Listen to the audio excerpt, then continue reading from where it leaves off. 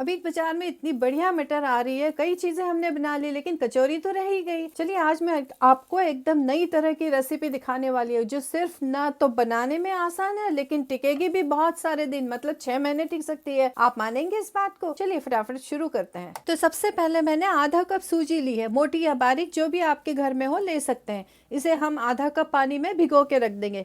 यही मेरी सबसे पहली टिप है जो आपको बहुत फायदा करेगी, क्योंकि आमतौर पर जब हम सूजी से कुछ बनाते हैं तो उसे आटे को हमें कूटना पड़ता है, लेकिन इसमें ये बिल्कुल भी ऐसा नहीं करना पड़ेगा। उसके साथ ही जब तक सूजी भीग रही है मैंने 2 कप मैदा ले लिया। अब इसमें हम मोयन डाल लेते हैं। 2 कप मैदे के लिए हमने 2 टेबलस्पून घी और 2 टेबलस्पून तेल डाल लिया, साथ ही स्वादानुसार या 1 चम्मच नमक डाल दिया। अब इसे हम पहले अच्छे से मिला लेते हैं। उसके बाद हम इसमें वो भिगा हुआ सूजी डाल के अच्छे से गूंद लेंगे। कचौरी का आटा जो होता है वो थोड़ा सा नरम होता है, जैसे समझ लो रोटी के आटे की तरह होता है। इसमें मोयन पहले अच्छे से मिलाना है, उसके बाद ही भीगी हुई सूजी मिलानी है। सूजी को हमें कम से कम 10 मिनट भिगोना है। अब हम इसका आटा तैयार कर लेते हैं। ये तैयार है, अब इसे हम ढक के रख देते हैं। इसे कम से कम 20 मिनट के लिए हमें रेस्ट पे रखना है। तो चलिए इसी बीच हम अपनी फिलिंग बना लेते हैं। तो उसके लिए मैंने 1 इंच अदरक का टुकड़ा और 2-3 हरी मिर्ची ले ली है। इसके हम मोटा मोटा सा कुचल लेंगे या क्रश कर लेंगे। फिर उसी में हम अपने 1 कप मटर डाल के और इसको भी मोटा सा कुचल लेंगे। सो इस 1 कप मटर में हमारी 12 कचौरियां बन जाएंगी। तो यदि आप पार्टी के लिए बना रहे हैं तो आपको अंदाजा रहेगा। ध्यान रखें मटर ऐसा मोटा मोटा ही कूटना है। तो अब फिलिंग के लिए हमें 1 चम्मच तेल में 1 चम्मच बेसन, मतलब मैंने टेबलस्पून यूज किया है, और 1 छोटा चम्मच जीरा डाल के हमें इस बेसन को खूब अच्छे से एकदम गहरा सुनहरा भूनना है। आंच हमेशा मध्यम से रखें, नहीं तो बेसन जल जाएगा। जैसे ही बस बेसन भुन जाए इसमें ढेर सारा हींग, उसके साथ ही आधा छोटा चम्मच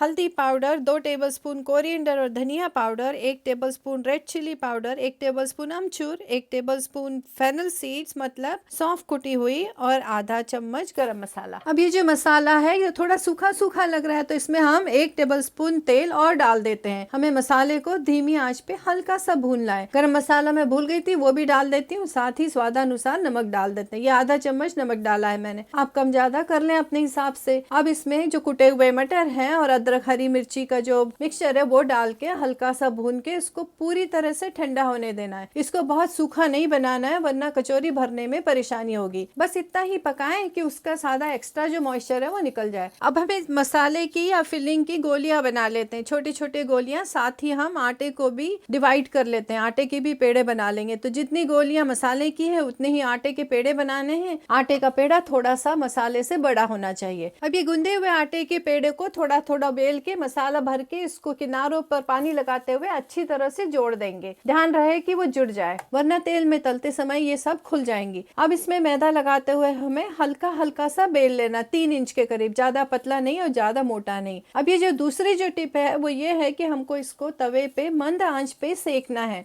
उससे क्या होगा कि हमारी कचौरियां थोड़ी सी सिक जाएंगी और इसी तरह हम इसको काफी दिनों तक टिका सकेंगे। तो सेकते समय ध्यान रहे तवे की आंच एकदम धीमी रहे और हमें हल्का हल्का सा ऐसे गुलाबी उसके ऊपर चित्ते आने तक सेकना है। यदि कचौरियां फूलने लग जाए तो उन्हें फूलने न दे और जल्दी से निकाल लें। अगर ये तवे पे फूल गई तो बाद में फट जाएंगी। तो अब मैं आपको दिखाती हूँ कि इनको 6 महीने तक कैसे टिकाएंगे।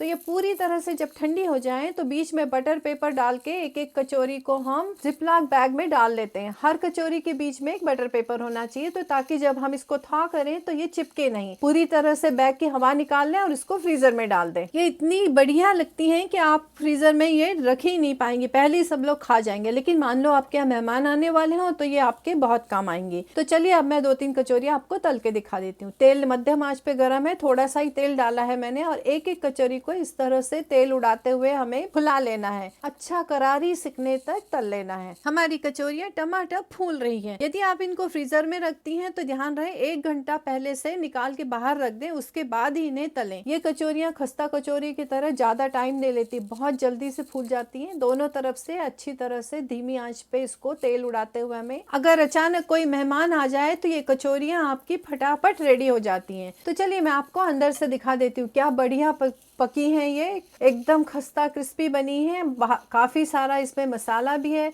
ये इतनी टेस्टी स्वादिष्ट होती है कि आपको किसी चटनी की ज़रूरत नहीं है। लेकिन आप अगर चाहती हैं तो इसको हरी चटनी या इमली की चटनी के साथ सर्व कर सकती हैं। मेरे पास ये बाजार की थोड़ी सी इमली की चटनी पड़ी हुई थी तो उसे मैं सर्व कर रही हूँ। वीडियो पसंद आ जाए तो सब्सक्राइब कर दें, ना पसंद आए तो मुझे कॉमेंट में बताएं क्यों नहीं पसंद आया।